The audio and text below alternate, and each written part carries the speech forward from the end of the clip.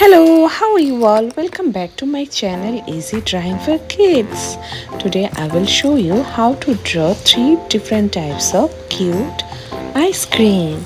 So let's start drawing with me.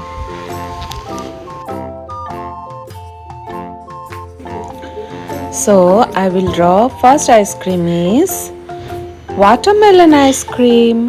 Watermelon ice cream.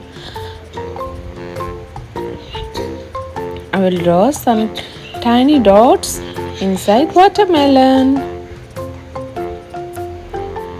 So first ice cream is watermelon ice cream. My second ice cream is cone ice cream. Cone ice cream.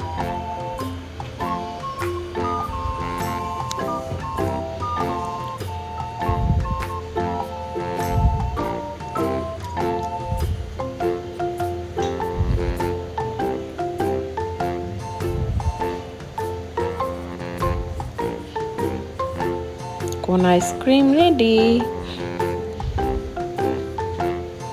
And third one